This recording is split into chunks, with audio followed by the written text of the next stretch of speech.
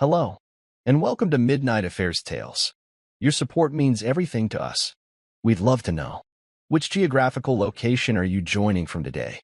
At home on the go, share with us below now. Let's dive into today's story. Chapter 1. The Box That Changed Everything. The morning started like any other. Blue sky, smell of pancakes, Caleb's tiny feet thumping down the hallway. Jake Turner, ex-Navy SEAL, war-hardened, bone-tired, sat at the kitchen table sipping black coffee when Caleb clumsily slid a gift-wrapped box in front of him. "Happy Father's Day, Daddy." Jake smiled, ruffling the kid's hair. "What's this? Did you wrap it yourself?" Caleb nodded, beaming. "Mommy said it's cool. You're gonna love it." Emily stood by the stove, flipping bacon. Her smile looked normal. Too normal. Jake peeled the wrapping and found a sleek, branded DNA test kit. "For your family tree," Emily said. "I thought it'd be fun. You've always said you didn't know much about your dad's side." Jake chuckled. "All right, let's find out if I'm part Viking or something." The test was just a laugh. A moment. A memory with his son. Or so he thought. 2 weeks later, Jake sat alone in his truck, engine idling, parked under a streetlight outside a 24-hour pharmacy. He'd just opened the email. Paternity not confirmed. His chest went tight. He blinked.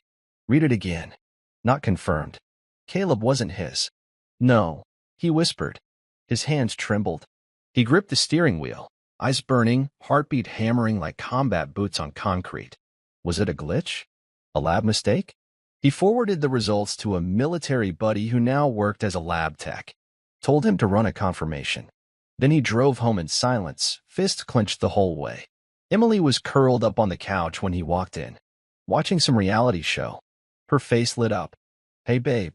You okay?" "You look." Jake didn't respond. He walked past her, down the hall. Stood at Caleb's door. Watched the boy sleep. His son. His.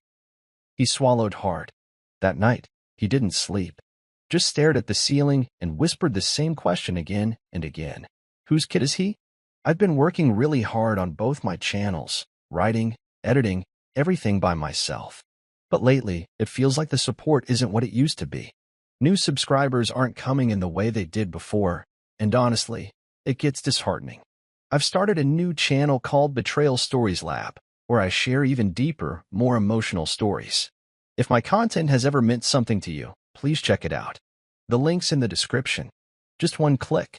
It would really mean a lot. Thanks for sticking around. Your support keeps me going." 3 days later, the confirmation came. Test verified. DNA not a match. 99.9% certainty.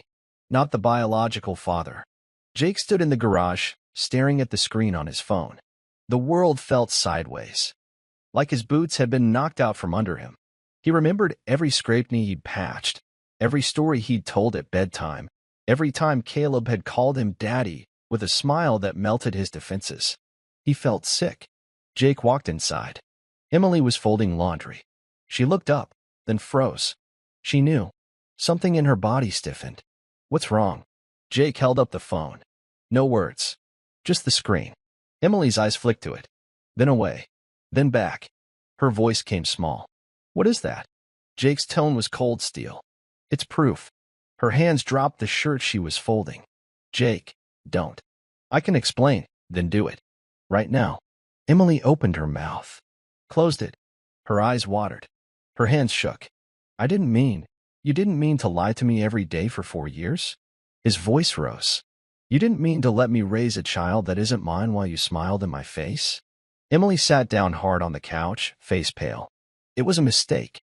It was just once." Jake stepped closer. "Tell me, who's the father?" Silence. He laughed bitterly. "Of course. You won't even give me that." Tears ran down her cheeks. "Please, Jake. Don't do this." "I didn't do this," he snapped. "You did."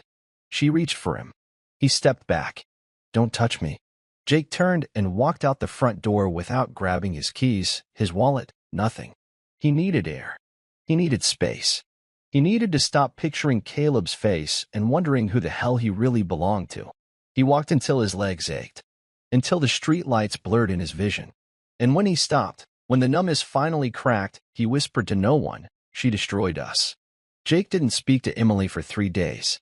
She texted, called, left voicemails that shifted from crying to begging to angry silence. He didn't answer any of them. He spent most of his time driving around the edges of Virginia Beach, finding empty parking lots or silent docks where he could sit and think. On the third night, he came home. Emily was waiting in the kitchen, pacing. Her mascara had run.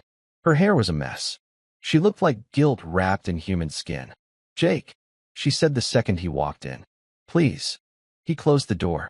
Didn't take off his boots. Didn't say a word. I should have told you years ago," she stammered. "I was scared. I didn't know what you'd do." Jake stared at her. Just stared. His silence hit harder than any scream. "It happened while you were overseas," she said. "I was lonely." "Ryan," Jake blinked. Ryan? His former best friend. His neighbor. The guy who once toasted at their wedding. "You're joking," he said, his voice tight. Emily shook her head slowly. "It was stupid. Just once." Jake's laugh was sharp and joyless. "It's never just once when it ruins everything." She looked up at him, eyes wide. "You were gone so long. And he was here." "You mean while I was getting shot at, he was in my house?" Jake's voice thundered. Emily flinched. "I didn't mean for it to happen." "You didn't mean to get pregnant with his kid?" That shut her up. Jake stepped back, like he couldn't stand the smell of her. Then he said something soft. "Cold. Your eyes gave it away the second I showed you that result. You already knew." Emily sobbed, but he was done. He turned and walked out again, his footsteps echoing in the hollow place their marriage used to be. The silence in Jake's truck was thicker than combat fog. He stared out at the coastline, eyes narrowed, arms stiff against the steering wheel. The last time he felt this kind of rage, it was in a war zone, not his living room. His mind drifted. Back to Iraq. Fallujah. 2019.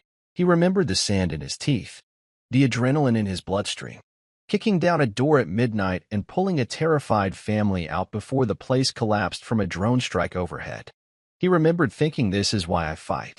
For home. For Emily. For Caleb." Now, that purpose felt like a bad joke. Back home, he pulled open an old footlocker from his SEAL days. Inside were mission reports, a coin from his last deployment, and a photo of him and Ryan. Both in uniform. Both grinning like brothers. Ryan had been the one guy Jake trusted with everything, including his home, his wife, his life. Jake stared at the photo. Then slowly, carefully, he folded it in half, right through Ryan's face, and threw it in the trash. There was no brotherhood left. Just betrayal. Later that night, Jake sat on the floor of Caleb's room while the boy slept. He picked up one of the crayon drawings taped to the wall. It was a stick-figure family, Mom, Dad, and Caleb in the middle. Jake swallowed hard. Even if the blood didn't match, he'd raised that boy, taught him how to throw a ball, carried him on his shoulders. Caleb was innocent. But Jake knew one thing with complete clarity now. Emily and Ryan weren't going to walk away from this untouched. He wasn't just going to leave. He was going to burn it all down, cleanly, legally, and without mercy. A week later, Jake stood behind the grill at a neighborhood cookout. To everyone else, he looked like the same laid-back Navy guy, serving burgers, cracking jokes, sipping beer. But under the surface, controlled fire. Emily fluttered around like everything was fine. Fake smiles. Tight laughter. She didn't dare meet Jake's eyes. Then there was Ryan, laughing with a beer in hand, sunglasses on, wearing the same cocky grin Jake used to trust. Jake watched him, studied him. There was a detail he'd missed before. The glances. The way Ryan casually touched Emily's arm when no one else was watching. The half-second too long they held eye contact. They thought they were slick. But Jake saw it all now. After dinner, Jake cornered their neighbor Alyssa by the fence. Friendly, low voice. "Hey, you ever notice anything weird between Emily and Ryan?" Alyssa looked uncomfortable. Weird like. Jake didn't blink. Like secrets. Like lies. She hesitated. "Look, Jake. I didn't want to get involved, but, yeah, we've all seen things. Quick exits. Missing hours. My husband even said he saw Ryan leaving your house once at midnight." Jake's jaw flexed. "And no one told me? You were deployed. We thought maybe you knew, or didn't want to know." Jake nodded slowly. "Thanks." He walked back inside, heart cold. So it wasn't just betrayal. It was open. It was sick. Everyone had known something, and no one said a word. That night, Jake sat at his desk with a notepad and pen. He didn't scream. He didn't break things. He planned. Names. Dates. Patterns. He listed everything they'd overlooked: credit card charges, time gaps, Emily's vague stories, Ryan's new truck. Jake smiled bitterly. "You two want to play dirty in the shadows," he muttered. "Fine, but I fight in the daylight." He pulled open a drawer and reached for an old seal notebook. Then he wrote one word on the first page: Operation Exposure. Jake didn't waste time. By morning, he was already calling in favors, quietly, discreetly. Old SEAL contacts who now worked in cybersecurity, surveillance, private intel. He wasn't asking them to break laws, just to help him uncover the truth.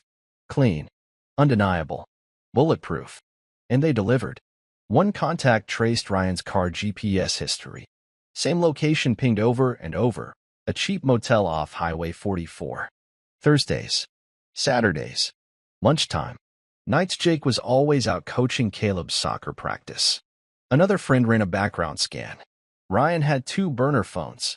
One registered under a fake name. Jake's blood ran cold. Then came the bombshell. A hotel receipt from 3 months ago, paid with Emily and Jake's joint account. The signature on the slip? Emily's. That night, Jake invited Ryan over. Calm voice. Beer in hand. "Need to talk." Ryan came in, cocky as ever. "Everything all right?" Jake nodded. "Yeah. Just wanted to ask you something man to man." "Sure."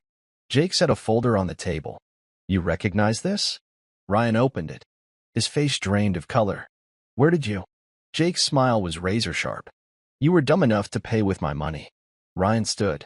"Look, man," Jake cut him off. "Sit down." Ryan did. "You think I didn't notice?" Jake's voice was low, controlled. "You think I wouldn't find out?" "It wasn't like that," Jake laughed. "Then tell me how it was." Ryan had no answer. Just a face full of panic. "I trusted you," Jake said. "You were at my wedding. You were in my ing house." Ryan swallowed hard. "It just happened." "No," Jake snapped. "Affairs don't just happen.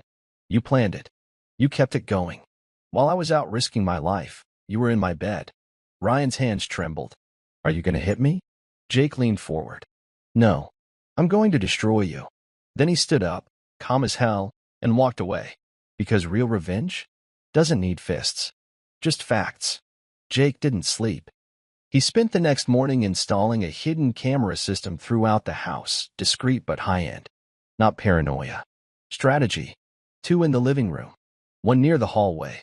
The last one just outside Caleb's bedroom door, low enough to see who came and went, high enough to go unnoticed. Emily was out shopping. She hadn't noticed the shift in him yet. The calm. The focus. She thought silence meant surrender. She had no idea what was coming. 3 days later, Jake reviewed the footage from Thursday night. He told Emily he had a late shift helping a buddy move. She smiled like always, kissed his cheek, waved him off. He sat parked 2 blocks away with a coffee in silence. Now, watching the playback, Jake leaned in. 10:12 p.m., Emily on the couch, texting. 10:24, Ryan's car pulled into the driveway. 10:28, they hugged just inside the door. 10:35, she laughed. Loud. Open. That same laugh she used to give him before she changed. At 10:43, they disappeared down the hallway. Jake pressed pause. His jaw clenched so tight it hurt. Every muscle in his body tightened, but he didn't slam the desk or break anything. He just stared. They were bold, comfortable, like they'd done it 100 times before. Later that night, Emily came home with grocery bags. Jake helped carry them in. She smiled, brushing hair from her face. "You're being sweet today." Jake forced a smile back. "Trying to be a better husband." She laughed. "Don't go changing on me now." He watched her walk into the kitchen, acting like life was normal. But Jake wasn't the man she married anymore. That man died the night the truth hit his inbox. What remained? A ghost with a mission. The next evening, Jake sat in the backyard with a beer in hand, pretending to enjoy the night air. The echo of Emily's laugh from the footage still played in his head, sharp, unbothered, familiar in the worst way. That laugh was his once. Now it was a weapon. Inside the house, Emily hummed as she cleaned up dinner. Caleb was already in bed, his stuffed dinosaur tucked under one arm. Jake's phone buzzed. Another file came in from his contact. Surveillance from Ryan's office. Text logs. Bank records. Ryan had opened a secret account last year. Emily's name was tied to it. He took a long sip of his beer and walked back inside. "Need help?" he asked casually. Emily turned, smiling. "Just finishing up. Can't believe how fast Caleb's growing. You think he's going to look like you when he's older?" Jake didn't flinch. "Not likely." She looked confused but brushed it off. Jake leaned against the counter. "You remember that hotel off 44? Her body tensed, but she didn't face him. "No," she lied. "You should. You signed the receipt." Emily turned then. Slowly. Pale. Silent. Jake set the printed copy on the counter. She stared at it, shaking slightly. "You were supposed to be out of town," she said quietly. "And you were supposed to be my wife." They locked eyes. "You don't get to play the victim now," he said. Emily's voice broke. "Jake, I swear I was going to end it. You had 4 years to end it." She started crying, but Jake didn't move. "I gave you everything," he said. "And you spit on it." She reached for his hand. He stepped back. "No more lies. No more touching. You lost that, right?" He walked out again. But this time, the door didn't slam. It closed. Quiet. Final. Jake sat alone in his garage, lights dimmed, laptop open in front of him. The house behind him was silent. Emily had locked herself in the bedroom. Caleb, thankfully, was at his mother-in-law's for the weekend. Perfect. He played the footage again. Not to confirm what he saw. He already knew. He played it to feel the anger, to remind himself what betrayal looked like in high definition. But he didn't let it take him over. SEALs aren't trained to panic. They're trained to wait, to strike when it matters most. He opened a new file on his computer and labeled it Exposure Plan, Phase 1. First bullet point, gather everything. He compiled receipts, footage, chat logs, call history, location data. He made copies, backups, and backups of the backups. USB drives, cloud storage, encrypted folders. He was meticulous. Second bullet point, legal contact. He called Ava the toughest, most ruthless divorce attorney he knew, recommended by a fellow SEAL who'd gone through a betrayal that almost broke him. Her tone was calm, direct. "Jake Turner? I've heard of you. I need clean revenge. Legal. Bulletproof. I don't do petty. I do permanent." Jake smiled. "That's why I'm calling." Over the next 2 days, Jake watched everything unfold without reacting. Emily cried more. Ryan stopped showing up, but Jake knew that didn't mean it was over. It meant they were scared. Good. He caught Emily glancing over her shoulder. Her text came slower. Her smiles were forced. The walls were closing in, and she could feel it. Jake wasn't just building a case. He was building a coffin for their lies. Saturday afternoon. The living room was too quiet. No cartoons. No laughter. Just the soft hum of the fridge and the tension thick in the air. Jake stared at a photo on the mantel, Caleb sitting on his shoulders at the beach, both of them sunburned and smiling like fools. His hand trembled when he picked it up. Not from fear. From restraint. Caleb was due back in an hour. And Jake still didn't know what he was going to say. Not to Emily. To his son. Emily entered from the hallway, arms crossed, avoiding his eyes. "I scheduled a pediatrician checkup for next week." Jake didn't respond. She cleared her throat. "We need to figure out how to talk to Caleb." He turned slowly. "We. You know what I mean." Jake set the photo down carefully. "He's 4. Emily. He still thinks monsters live in the closet. And now I have to explain that his life is a lie." She sighed. "He's not going to understand DNA tests and no," Jake said sharply. "But he'll understand that mommy broke daddy. He'll feel it. Kids always do." Her voice cracked. "He's your son, Jake. No matter what the test says.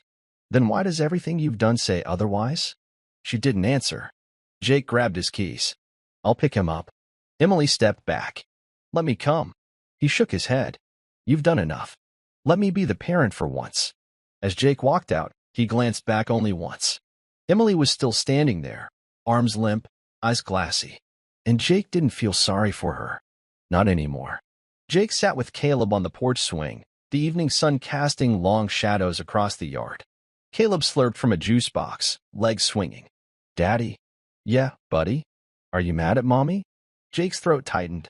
Why do you ask? You don't hug her no more. And she cried in the bathroom. I heard. Jake stared straight ahead. He forced a calm tone. Sometimes grown-ups have hard days. That's all. Caleb nodded slowly. I had a hard day when Tommy took my T-Rex. Jake smiled faintly. Yeah, I remember. They sat in silence for a beat. Then Caleb asked, Are you still my dad? Jake turned. That hit like a punch. He looked his son, dead in the eyes. Forever, Jake said. No matter what. Caleb smiled. Good. He leaned against Jake's arm, content again. Jake held him close, one arm wrapped tight. His decision was made. Whatever happened next, Caleb wouldn't pay for Emily's sins. Later that night, after putting Caleb to bed, Jake walked into the kitchen for water. Emily was on the phone, soft voice, panicked tone. She didn't see him listening from the hallway. No, he doesn't know everything yet. I'm trying, but he's digging into stuff. I think he's talked to someone. No, you need to lie low for now. Pause. Stop calling me. It's not safe. Jake stepped into the room. Emily jumped, dropping the phone. He stared at her. Not safe for who? She fumbled. It's nothing. Just a friend from Jake held up his phone. The call log from the house line, he already traced the number. Ryan. Emily's face drained of color. You're still talking to him? I didn't want you to do something crazy, she said. Jake took a step forward. You think this is crazy? You haven't seen crazy. Her lip trembled. Jake, please. I warned you, he said, voice dead calm. This wasn't a threat. It was a timeline. The next morning, Jake sat in the reception area of Ava Denton's office, 5th floor, all glass and granite, cool air and colder strategy. She stepped out of her office in a navy pantsuit, sharp as a blade, blue heels clicking against the floor like a metronome. Jake Turner. He stood. They shook hands. Come in. Let's talk damage. Inside, Jake laid it out. The affair, the DNA test, the footage, the calls. Ava listened without interrupting. When he finished, she exhaled through her nose and leaned back in her chair. You've got a solid foundation, she said. Clean documentation. Timeline's tight. This isn't a case. It's a wrecking ball.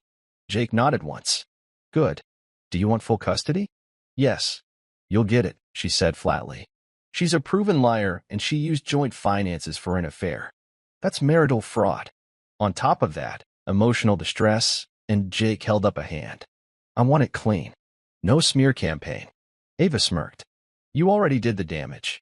I'm just sweeping the ashes. They went through paperwork. Custody petitions. Asset freeze motions. Emergency filings. By the end, Jake had signed more lines than a sniper logging kills. Ava stood. Your wife's about to learn something the hard way. What's that? When you betray a SEAL, he doesn't just leave. Jake looked her in the eye. He makes sure you remember him every damn day after. Ava nodded with approval. You're not just getting revenge, she said. You're getting your life back. Jake walked out of that office with more than a strategy. He walked out with a weapon. And tomorrow? He'd pull the trigger.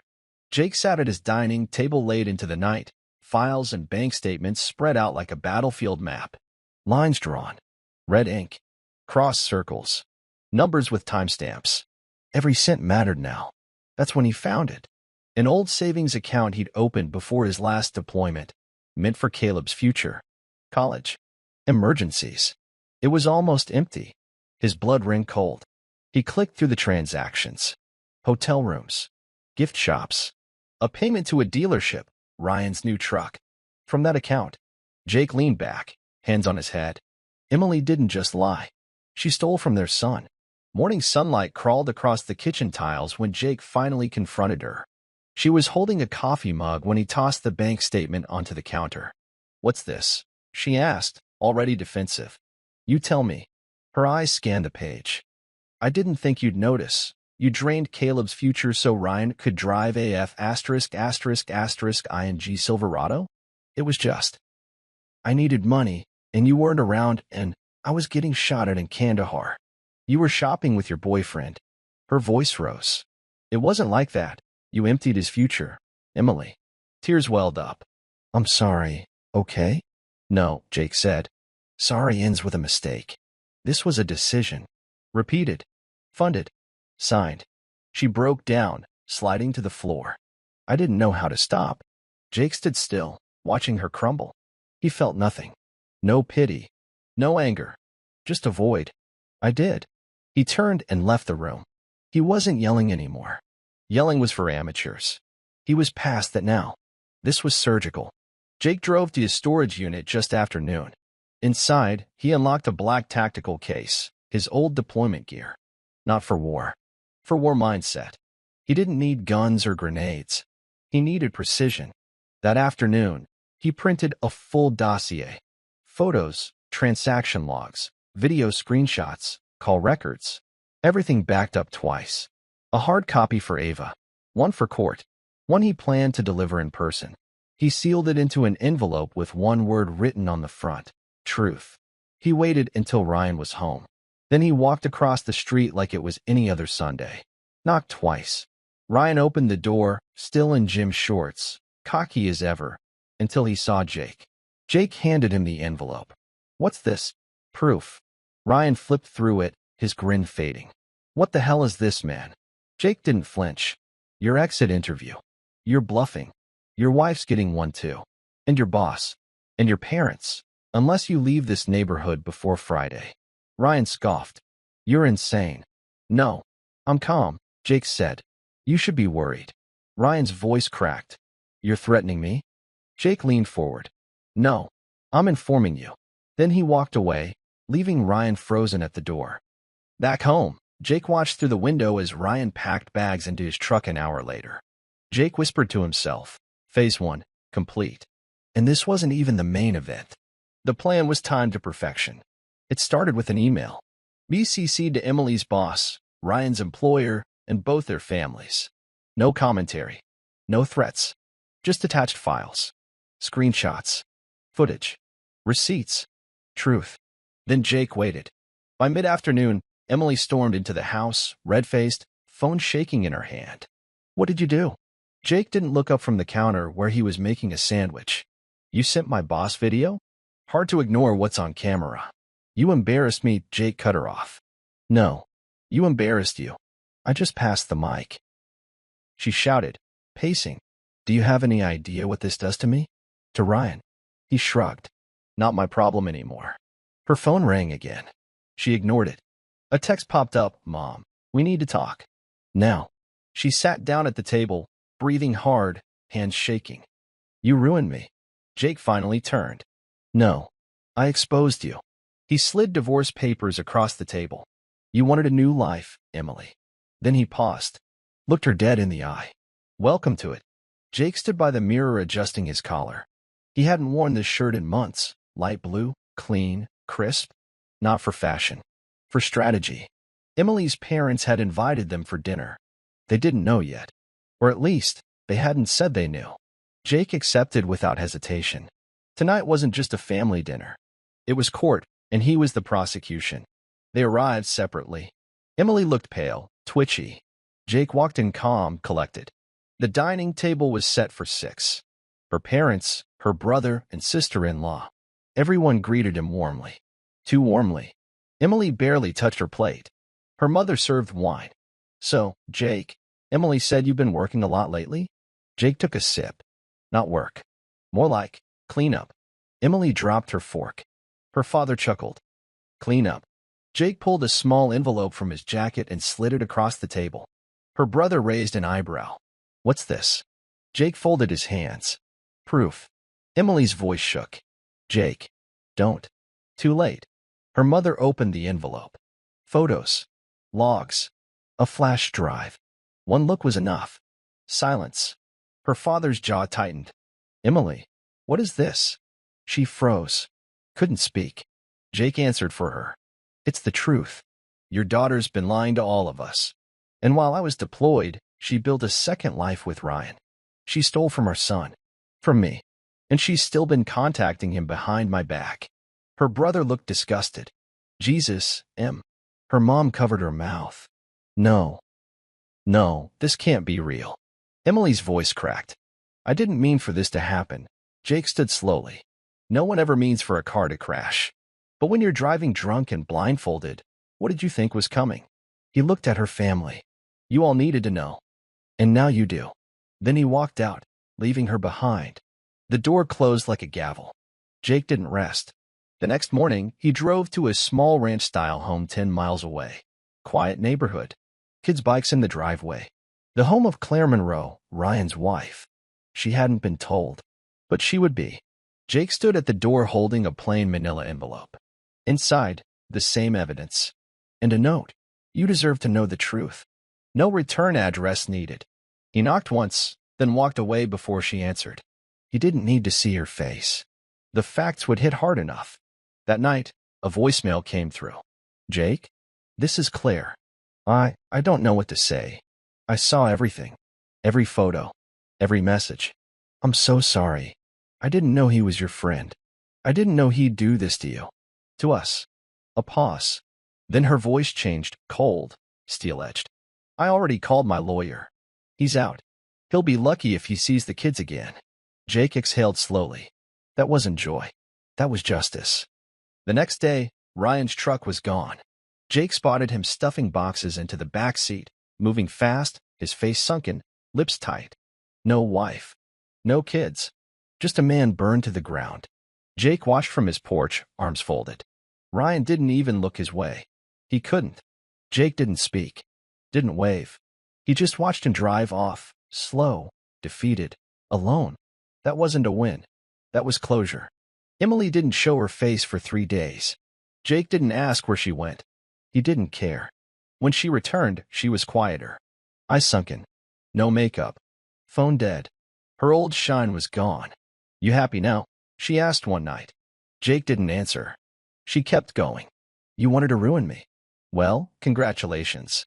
My job's on the line. My parents won't speak to me. Claire blocked my number. Ryan's gone. She blinked at him, waiting for a reaction. There was none. I was broken, she said, tears brimming. You were always away. Always married to the mission. I was alone. Jake finally looked up. You weren't alone. You were bored. There's a difference. She didn't respond. Jake stood. And I didn't ruin you. I showed people who you really are. You did the rest. Emily's voice cracked.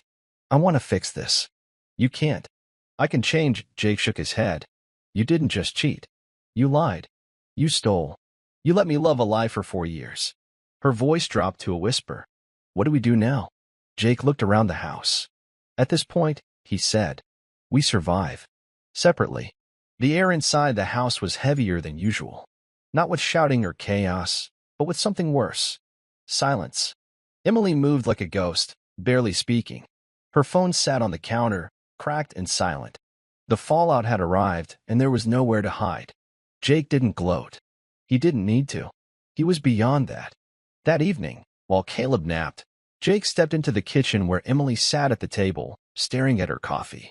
Cold, untouched. She looked up as he entered. You win, she whispered. Jake raised an eyebrow. This wasn't a game. You know what I mean. He leaned against the counter. I didn't want destruction. I wanted truth. Her voice was hoarse. Well, you got both. Jake stayed quiet for a moment, then said, I'm filing for full custody. She blinked. What? You heard me. You can't do that. I'm his mother. Jake stepped forward. And I'm the one who's been parenting him while you lied, stole, and cheated.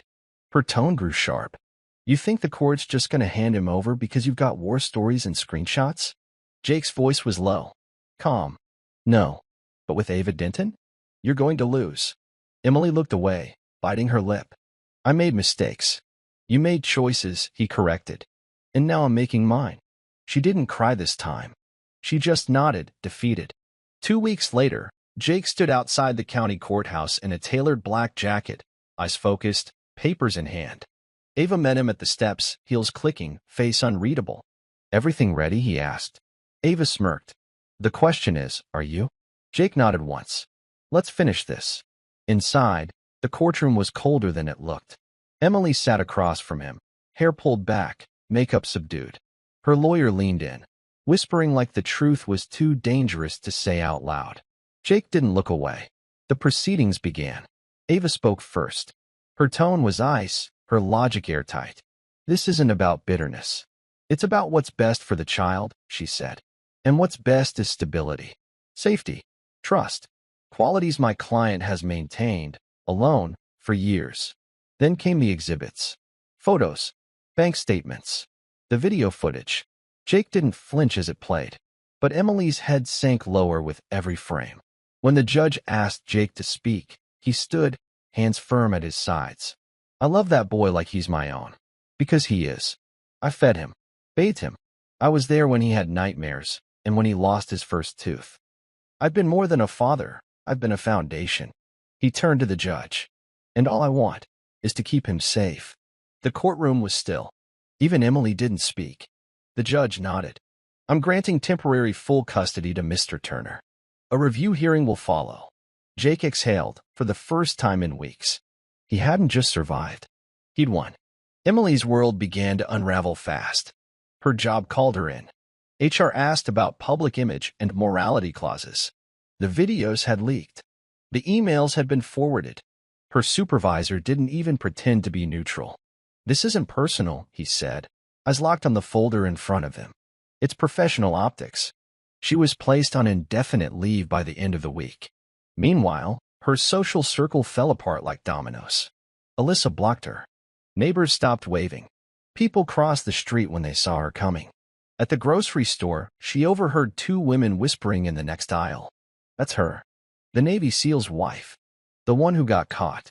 Emily pushed the cart faster, eyes down, hands trembling. Even her mother stopped returning calls. The price of her secrets was public now, and no one wanted to share it. Back at home, Jake cleaned out the guest room, Caleb's new room in case he needed space. He added fresh paint, a nightlight, his favorite toy shelf. That evening, Caleb ran in and hugged his leg. I like this room, Daddy. It's mine. Jake smiled. All yours, buddy. Down the hall, Emily sat in her bedroom, lights off, alone. Jake passed her door, stopped, spoke without looking in. You wanted freedom. You've got it now. She didn't reply, didn't need to. Jake walked away, leaving the silence louder than any words could be. Jake was in the garage again, his unofficial war room, lined with files, screens, and strategy. The truth had already scorched their home life. But Jake knew there was more under the ashes. So far, Emily and Ryan had tried to protect each other. But people crack when they're cornered. Jake just had to squeeze harder. Late that night, Jake got a message from a blocked number. Subject line, you don't know half of it. Attached was a single file, PDFs, screenshots, voice memos. Sent from a burner email. Jake scanned the contents, and his jaw tightened. It wasn't just Emily and Ryan. Ryan had been having another affair with someone from his job. A paralegal. Younger. Smarter. Vindictive. Her name was Natalie Carter. And she'd clearly had enough. There were chat logs. Ryan mocking Emily. Telling Natalie she was just a fallback, needy, and married crazy. Photos. Receipts. Hotel overlap. Jake almost laughed. They were all lying to each other. The final voice memo played in Jake's earbuds. Natalie's voice was calm. Cold. If you're smart, you'll burn him. He's already cheating on your wife and me. Call me if you want to compare timelines. She left her number. Jake saved it.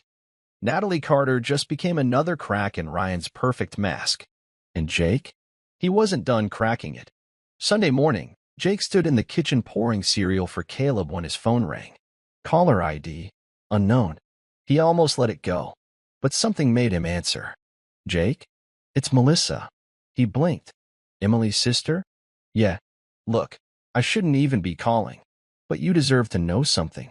Jake lowered the cereal box. Go on. There's a week in Emily's calendar she erased. Back in December. I only know because I borrowed her laptop that month. She had doctor visits marked, then suddenly deleted them. Jake's eyes narrowed. What kind of doctor? OBGYN. The line went quiet. Jake leaned on the counter. What was she doing there? Melissa's voice broke. She said she had a miscarriage. But now I'm not sure it was yours. The room spun. Jake felt a deep, quiet nausea twist in his gut. And you never said anything? I believed her. I thought you knew. But now, after everything, I think she lied. About everything. Jake's pulse thudded in his ears. Another betrayal. Hidden deeper. I have to go, he said, and ended the call. He turned around. Caleb stood there, cereal bowl in hand, watching him. You okay, Daddy? Jake forced a smile. Yeah, buddy. Just tired. But inside, he knew he was about to open another door. And what waited on the other side would change everything. Jake sat alone that night. Old calendar pages spread across the table. His laptop was open to Emily's medical records portal. She didn't know he still had access. He clicked into the history. December 14th, OB visit, positive pregnancy confirmation. December 21st, follow-up. December 27th, ultrasound. January 4th, no further visits. Then, January 6th, appointment canceled.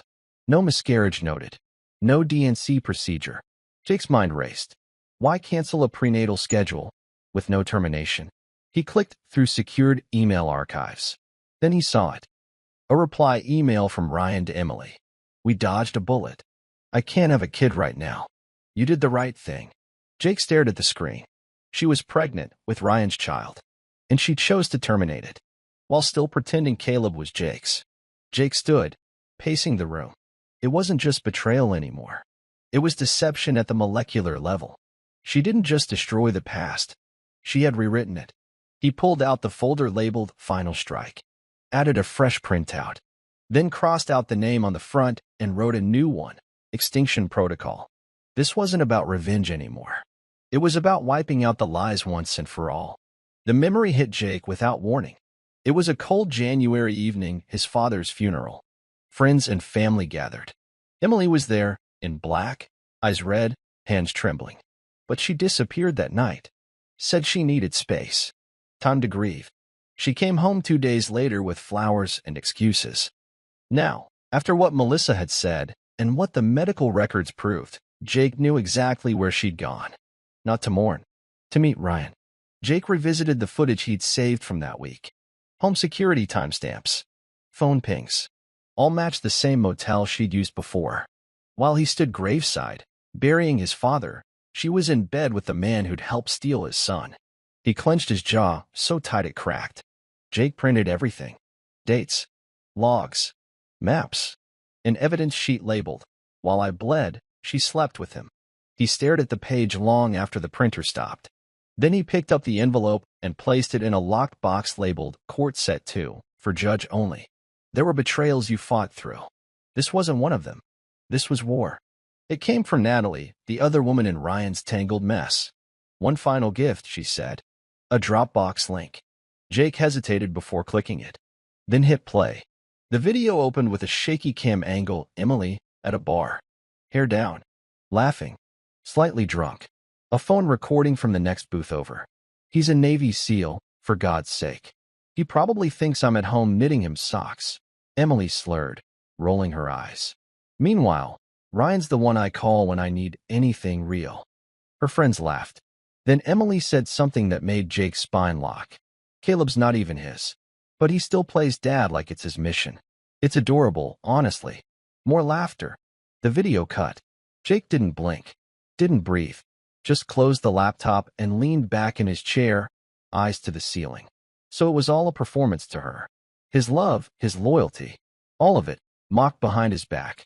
He burned the video to a drive, labeled it Final Nail, then slid it into the master evidence folder. He wasn't done yet, but soon, she would be.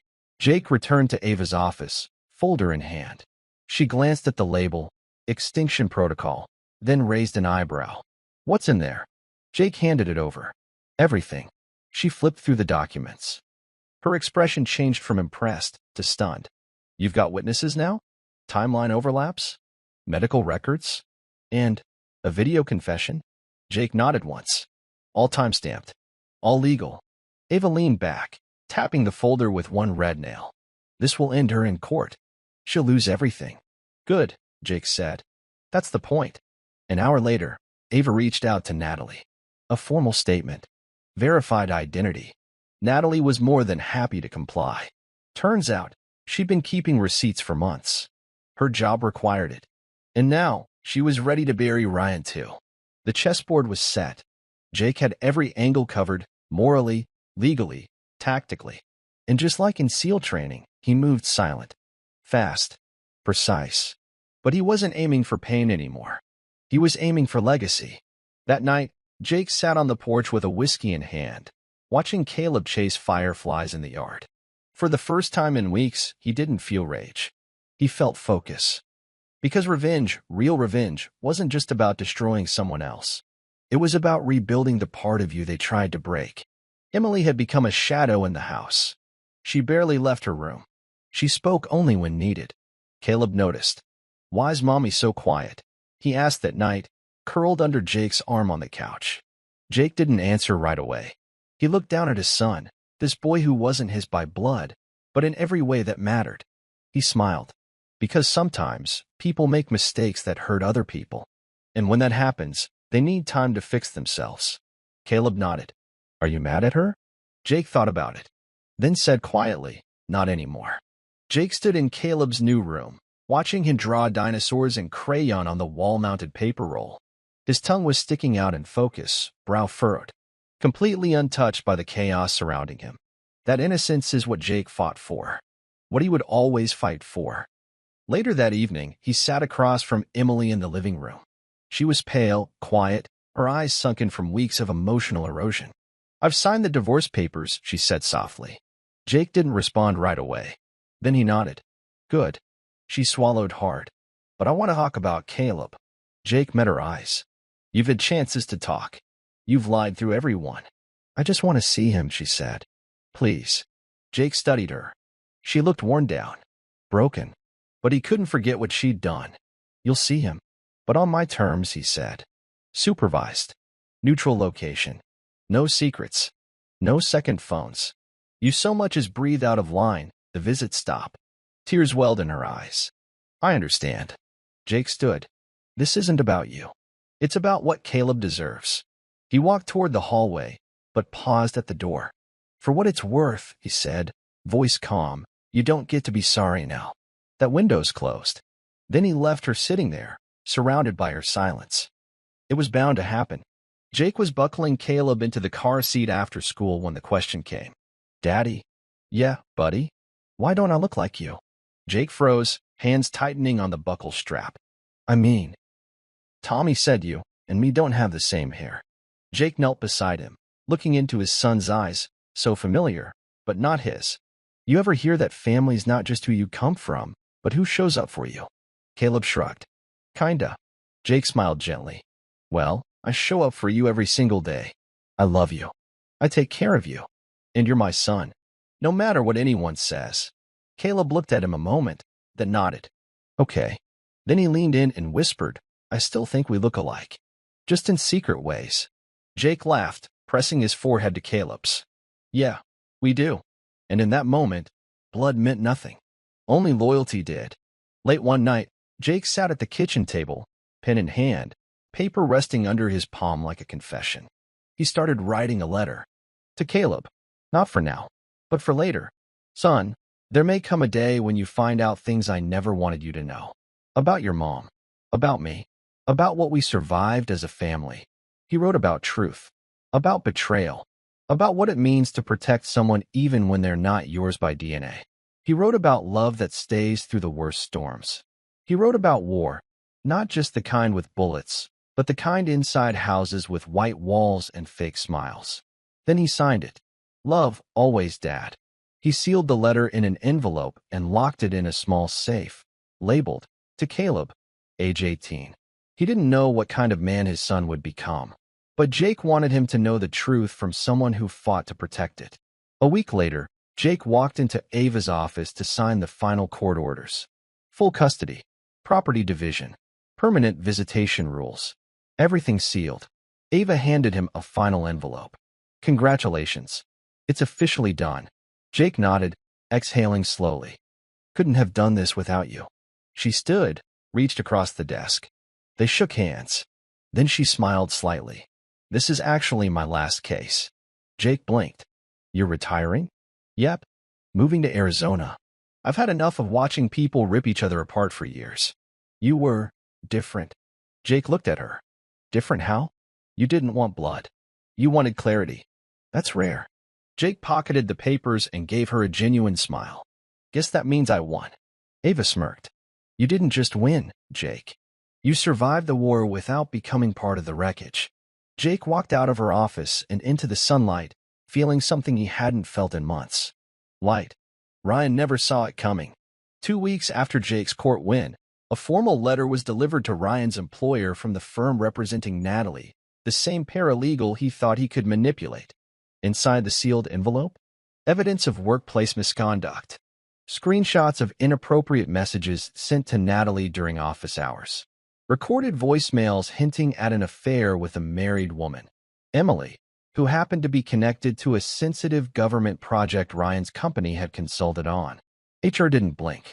By Friday, Ryan's desk was empty, his badge deactivated, his name scrubbed from the website. Jake watched the fallout from a distance. He didn't gloat, didn't send a text, didn't brag to friends. He didn't need to. Some fires burned best without gasoline. The next week, Jake pulled into the grocery store parking lot and saw a familiar figure sitting outside on the curb, hood up, backpack by his feet. Ryan. Thin, disheveled, eyes hollow. Jake stepped out of the truck, walked toward the store without making eye contact. Jake, Ryan croaked. Jake stopped, turned, said nothing. Ryan stood, hands half raised like a beggar unsure whether to apologize or blame. I lost everything. Jake tilted his head. No, you gave it away. Ryan looked down. I was stupid. Jake's voice was level. No, you were cruel. There's a difference. A long silence. Then Ryan asked, You ever gonna forgive me? Jake stared at him for a moment, then gave a short nod. I already did, he said. Ryan blinked, confused. You did? Yeah, Jake said. Because carrying hate for you? That's still giving you space in my life. And you've taken enough. Then Jake turned and walked away, leaving Ryan frozen, surrounded by the weight of everything he'd destroyed. Emily showed up unannounced. Jake opened the front door and found her standing there in a hoodie and jeans, hair tied back, makeup absent.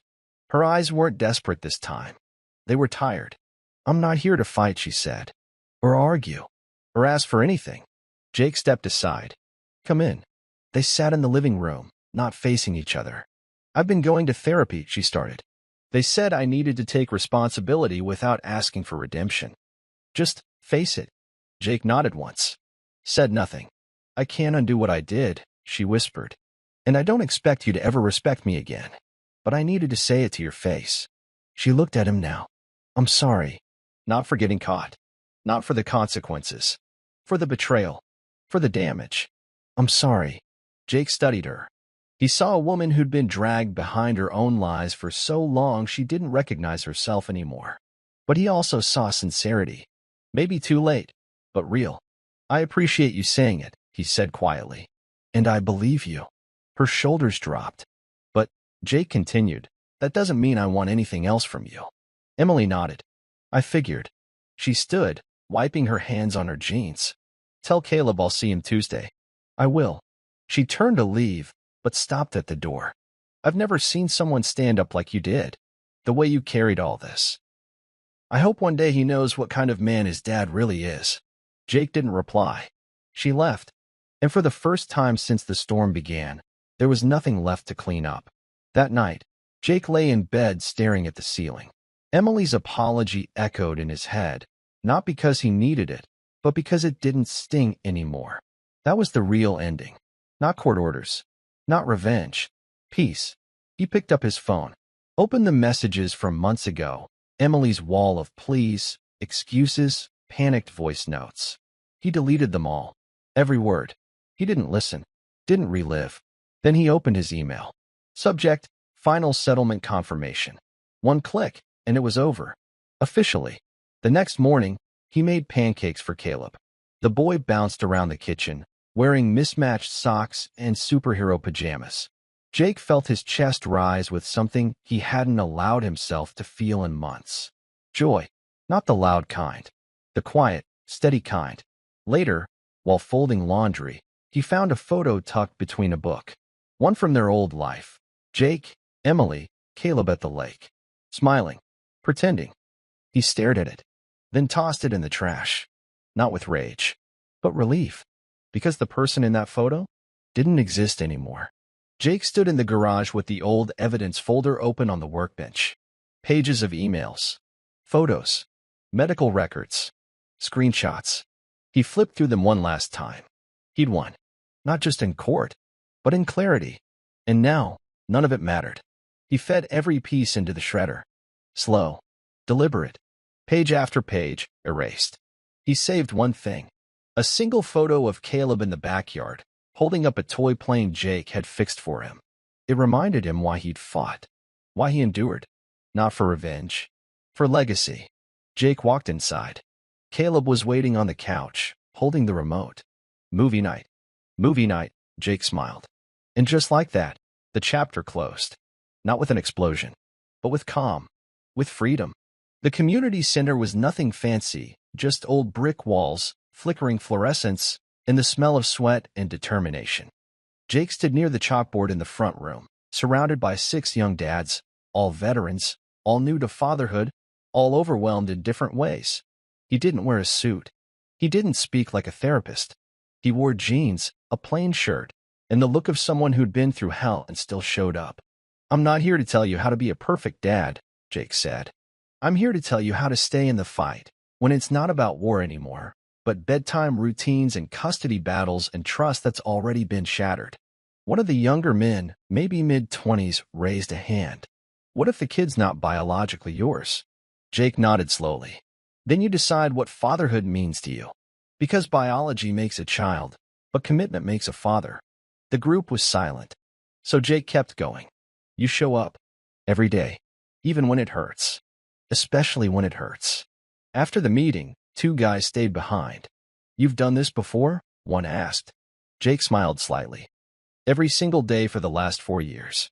They shook hands. It wasn't a program yet, but it was a start.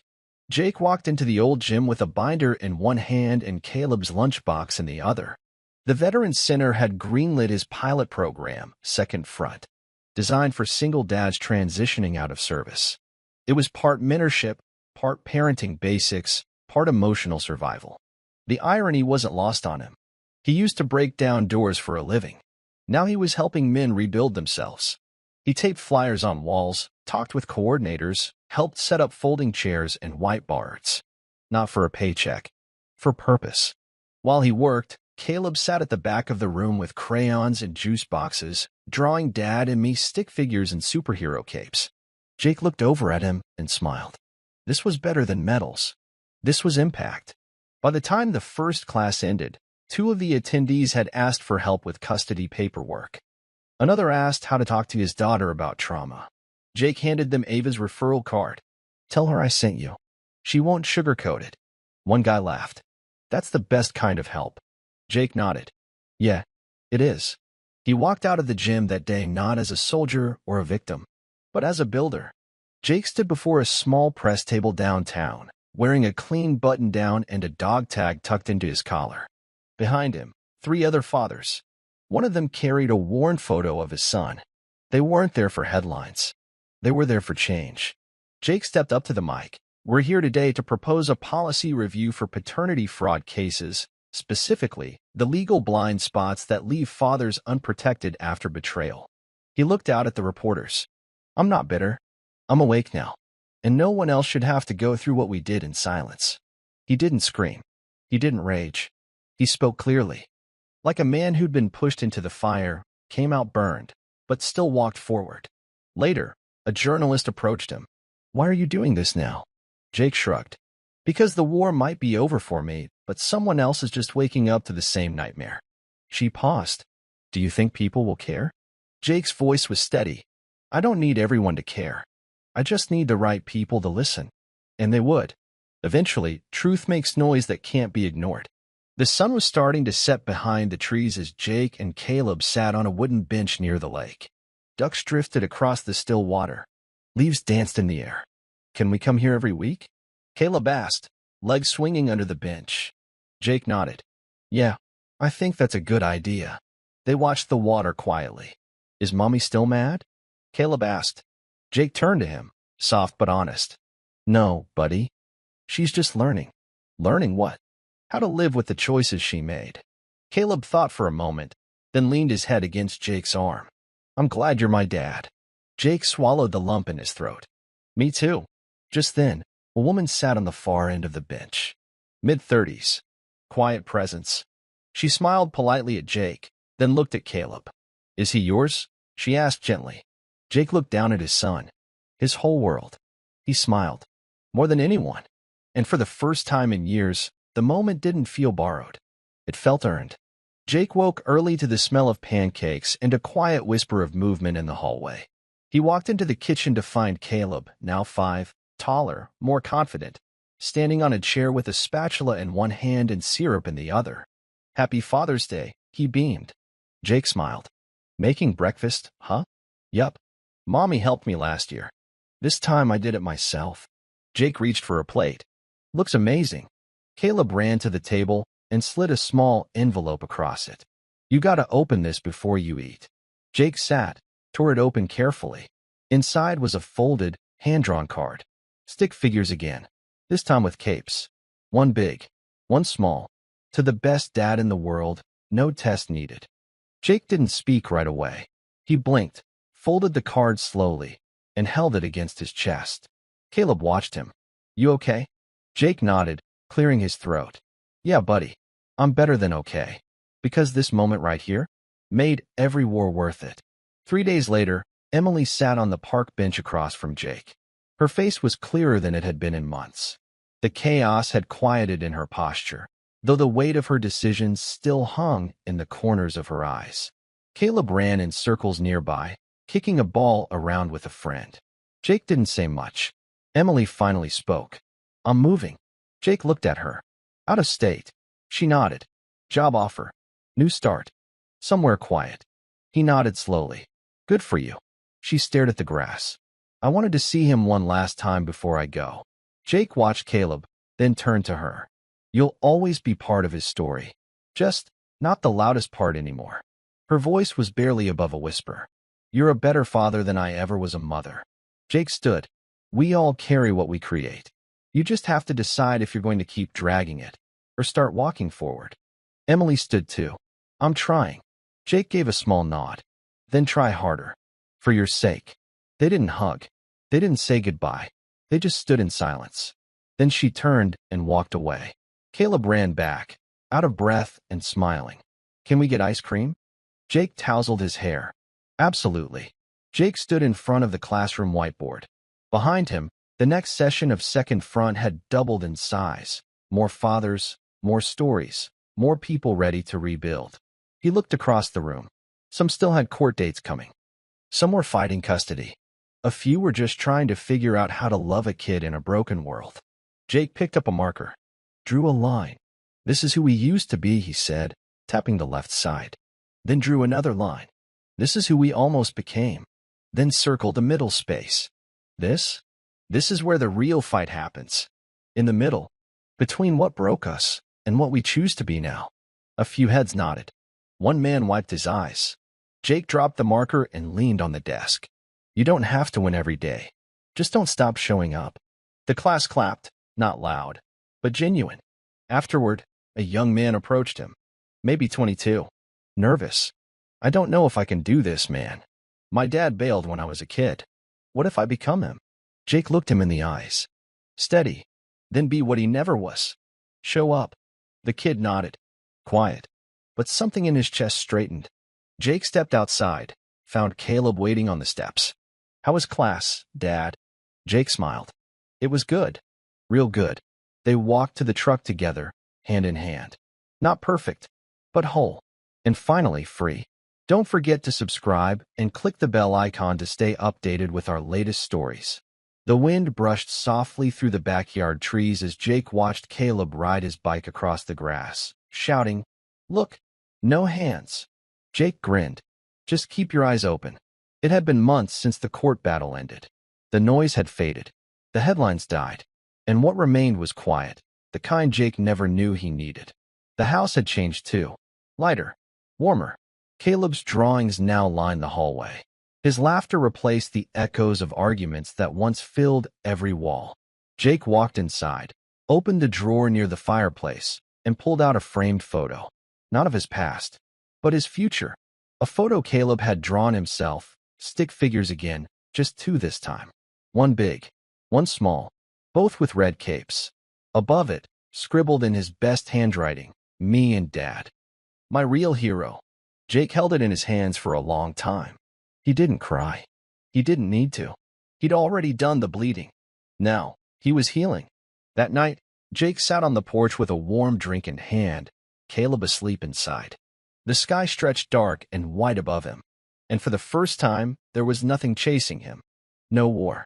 No lies. No revenge left to plot. Just peace. The kind you earn. The kind you bleed for. Father's Day, again, 1 year later. The second Father's Day after the fallout came quiet. Caleb woke Jake with a homemade card, a painted rock that read, #OneDad, and a question. Can we go to the lake? Jake smiled. Grab your shoes. They sat on the same bench as before. Ducks in the water. Wind in the trees. Caleb leaned on his shoulder, calm, happy, safe. Do you ever miss her? Caleb asked suddenly. Jake took a breath. I miss the idea of her, but not the person she chose to be. Caleb nodded, thoughtful. I think she's trying now. Jake looked out over the water. Trying is good, but showing up, that's what counts. They sat in silence, the kind that didn't need to be filled. And then, as the sun broke through the clouds, Caleb reached into his backpack and pulled out a second card. This one's for when I'm older. Jake raised an eyebrow. When you're older? So you remember I always knew who you really were. Jake opened it. Inside, in messy but heartfelt lettering, Dad, I know you didn't need a test to love me, but if there was a test for being a real father, you'd pass every time. Jake closed the card, holding it to his chest. This wasn't just redemption. This was a legacy. Before we go, let me ask you something that matters. What does being a father really mean to you? Is it blood? Time? Sacrifice? Tell me in the comments. I want to hear your truth. And let me know where in the world you watch this from. Are you here for the revenge? The healing? Or both? If this story moved you, share it with someone who needs to be reminded you don't have to be perfect. Just present. Like if you felt something. Subscribe if you want more real, raw, powerful stories like this one. We've got more thrillers, more twists, more emotional firestorms coming your way. Until then, take care of your peace. Protect your truth.